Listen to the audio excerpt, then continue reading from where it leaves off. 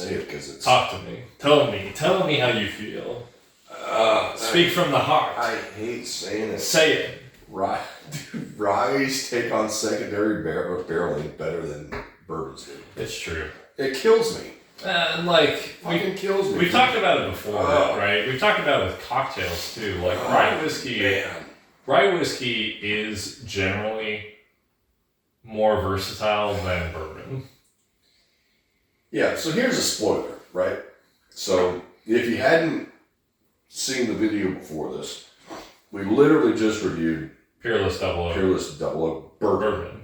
And this is Peerless Double Oak Rye. And we found this locally. At the spot. At the spot. You don't get to know the spot. No, I'm not going to do that. Got to be more than 3 people that watch this. Before we start giving out our spots, dude. I'm not giving out the spots for less than a sponsorship from Lafroy Distillery. Yeah. So anyway, we found this at the spot. At the spot. It was the last one. And I saw it was Double Oak Rye. We had the Double Oak Bourbon, so we had to buy it. And yeah, we came home and we opened it, right, a day or two, or that day or a day later, and tried it. Delicious. Amazing. And then, but the cool thing is just now after doing, we batch these, by the way, because we don't have the same days off. As is indicative by my pants. Yeah, which is why I wear the same shit on, I'm not changing shirts in between because that's just lame. But, so we just did the bourbon, and the bourbon's very good. Yes. Right? I liked it. I'm glad we have it. But going right to this afterwards... Dude.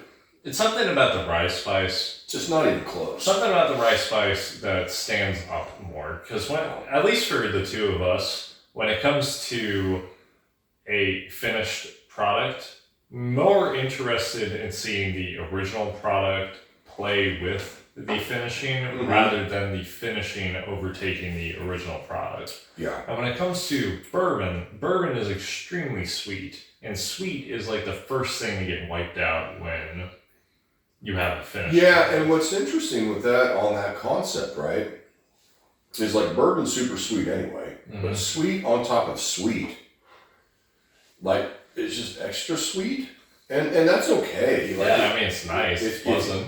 Like we talked about, if you like a Woodford Double Oak or an Old Forester 1910 or Elijah Craig Toasted. We spent 15 minutes defending Peerless Double Oak Bourbon, so obviously we must have a soft spot for it. Yeah, I mean, we definitely like it, but there's something about, and I've said it before about, High West and, whatever the heck else we got up there. High West, Redwood Empire. Yeah, Redwood Empire, but yeah, there's something about rye whiskeys that just take to like double barreling really well, I think. And I think this is another example of that. Well, like we touched upon in the intro, it's the same thing that make rye whiskeys very appropriate to incorporate into cocktails. It's because the rye whiskey flavor doesn't get wiped out by like the simple sugars or the simple syrup. Yeah, you know what it is? It's the sweet and spicy. Yeah. That everybody loves. Right? Everybody loves, I know everybody's got their favorite Chinese place, and there's a play on sweet and spicy. We were just at the old HEB today. Yes, we were. And one of the whatever focaccia breads they had was a sweet and spicy honey. Yeah. Right? The chicken. Yeah, honey pepper chicken or whatever. Yeah, whatever it was, but it was sweet and spicy at the same time. Ryes just do really well for me with that. Yeah, because the double barrel finish helps to soften the rye. Make it a little sweeter. Yeah. Right? So it tamps down a little bit of the spiciness, but the rye never gives up what the rye is, which is the spiciness, right? Indeed. And when you really get into the weeds with whiskey, what you want is complexity. You don't want it to be nondescript. Because if you're going to be nondescript, you might as well, save a little bit of cash and get like some sort of affordable bourbon. Sure. if you're gonna splurge, if you're gonna spend a lot of money, and if from the distiller's perspective, they're gonna spend a lot of money to produce something, you want every aspect of the process to come to the fore. Dude, that's just silly. That's incredible. I mean, this could be the lamest video ever because it'll just be fucking me sitting here smelling a whiskey for 20 minutes. But that's how I feel about this. It smells so good. And it's like you talked about before. I don't know why I'm getting congested all of a sudden. That's because of the rampant construction in this neighborhood. Damn people. Sorry if I sniffle too much. It's my fault. But it doesn't mess my sniffer up. Man, this smells so good. It's sweet. I mean, that's for generic tasting notes, like without like getting like super nerdy and sitting down and writing everything down. Just right off the rip, sweet and spicy. Yeah. Right? Or actually, in this case, yeah, sweet and spicy. A lot of sweet oak. Yeah, the sweet oak is a big one. But then it's complemented by the rye spice. Yeah, that's a good word. Yeah, it's very well complemented. So it's not. I feel like with the bourbon that we kind of just did, it was just sweet. It was very sweet, and you had to kind of hunt. I mean, the oak stood out, but you kind of had to hunt for other things. Where this is like very obvious, right? Old T is going to attempt to save this video from being the most boring video on the internet. Mm-hmm. What is gratuitous as far as tasting notes and smelling notes are concerned? Like, when is it too much? Yeah, I've thought about this a lot actually. Because you don't really get into the weeds if you go into whiskey and like you get some guy sitting down and be like, they get a lot of maneuver notes in it. Yeah, I mean that's the thing, right? So the point of notes is to correctly identify that the whiskey smells and tastes different than like Jack Daniel's No. 7. Well, so the way I do it, it's the note, and everybody's palate's different. We've talked about this before. Mm-hmm. Everybody's palate's different, but tasting notes to me are like we talked about this the other day when I was in school with Cliff Notes. Yeah, right. They're guidelines. They're guidelines. So instead of reading the whole damn book, I could read the Cliff Notes and get the general idea. So for me, now I can sit down and do it. Certainly, Like, we've done many it occasions. a bajillion times. I can be a friggin' nerd and put my glasses on and get my damn yellow notepad and write everything down and like really dig into it. But I found that at the store that I worked at, it was more fun to just have like a general idea, almost like a broad stroke with a paintbrush. Mm-hmm. Right? Like, this is what I got. And not get like super in depth. Like, you can go online, right? And go to different websites or listen to different people. And they got fucking 8,000 tasting notes. And I'm like, buddy, I don't even know what that is. And you're tasting it. Right? So I'm not a smart man, right? I'm smart, but I'm kind of a dipshit. So I try to put it in like the simplest terms. It's like, if you go into a whiskey, these are the most simplest things that I got out of it. And if you can find those, great. If you can't, then find what you can find, right? Because, it's a never-ending, what's the word? It's just, if you look at it like a highway, it's a never-ending highway of fucking nonsense. It's a bottomless pit. Right, because you can just, you just throw out notes. Yes, once you get into bourbon and into ryes and into scotches or whatever, they have very similar characteristics. Yeah. So people like to sit back and just like throw bombs. Like, oh, I taste this, and they're not wrong, but are they really tasting Are they it? telling the truth? That's right. That's the or question. are they just expounding upon? Because fact of the matter is, like, depending on the region, depending on the method of preparation, it's going to taste similar. Sure. That's where, like, the ladies are correct when they, smell whiskey and they're like, it all smells the same. Smells like alcohol. It smells like alcohol. Sure. You're like, yeah, you're right. You're right. Yeah, but you have to fight past that. You You gotta get down into the flavors and listen, you know, if you can sit down and pick out, 15 different things, and I like reading about that stuff. It's cool. It's interesting. Not very useful for the layman like you Well, and I, where we're just sat here drinking. For normal people, right? That's the thing. Normal people don't necessarily want to sit down and spend, 30 minutes. I mean, I just finished that pour. Right? It took 10 minutes because I was just enjoying it because it's freaking delicious.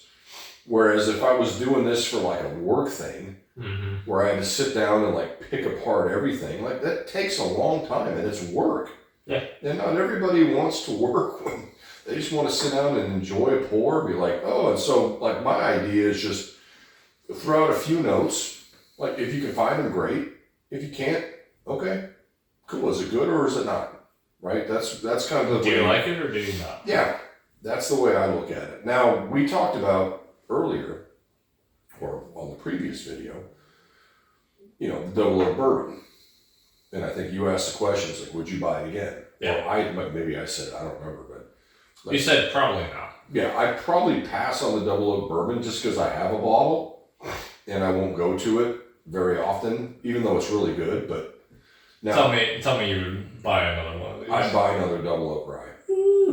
Even at 110 or 115 bucks. Even at the luxury brand pricing that Peerless is at. But the rye, and I said this earlier, we were talking before about the Jack Daniel's barrel proof rye. We were. There's something about like good cask strength ryes that it's just like when they hit your, if that's your jam, that's your jam. Yeah, if you can handle how intense rye spice generally is, there's so much to it to enjoy. Yeah, and especially with the double oak stuff, because if this was just the regular Peerless rye at cask strength, which I believe they are, still low proof, but still good. But this double oak, man, putting it in new charred oak barrels, then letting it sit. Now they don't tell you, and we talked in the other video. That's one of the things. Peerless catches a lot of flack because they have no age statements and very few details about the production of their product. Yeah.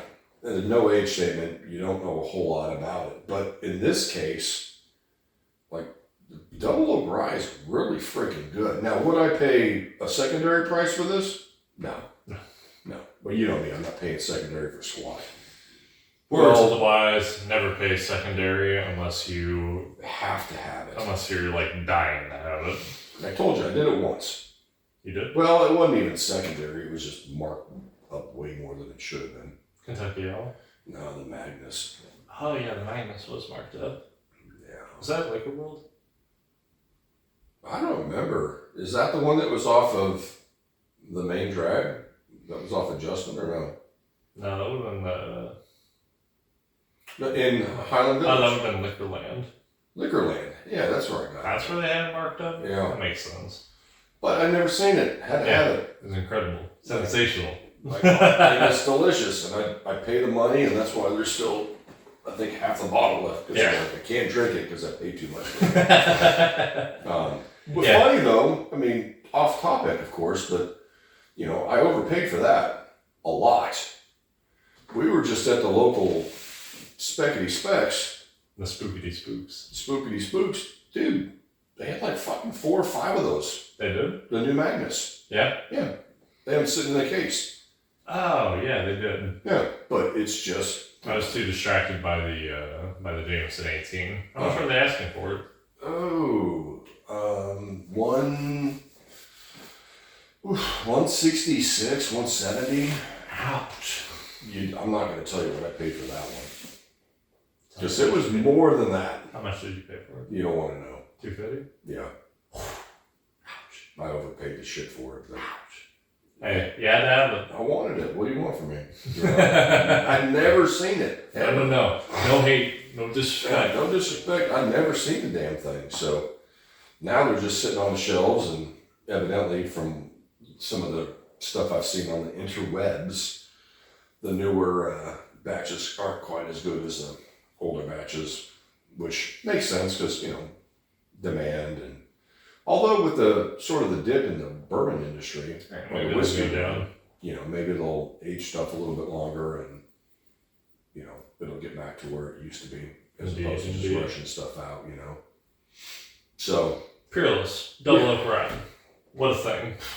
I mean, if you see it at retail, and you, I don't even know what to say. Like if you enjoy rye, if There's you only one enjoy double oak whiskeys, I mean, There's only one thing to say. Drink it. drink it, buy it, and drink it.